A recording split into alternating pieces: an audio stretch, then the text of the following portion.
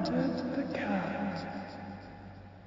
I am wondering why you're here. You know this is a dangerous place.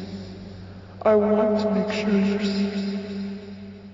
This place is not a great place to go to. But I want to make sure you're okay. You seem like you fall down from the hill.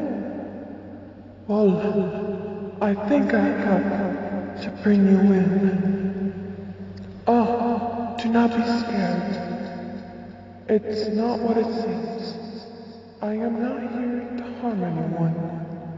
I will never lay a finger on you, if I had any.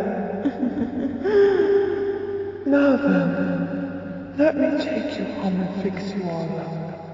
It looks like you hurt yourself very badly.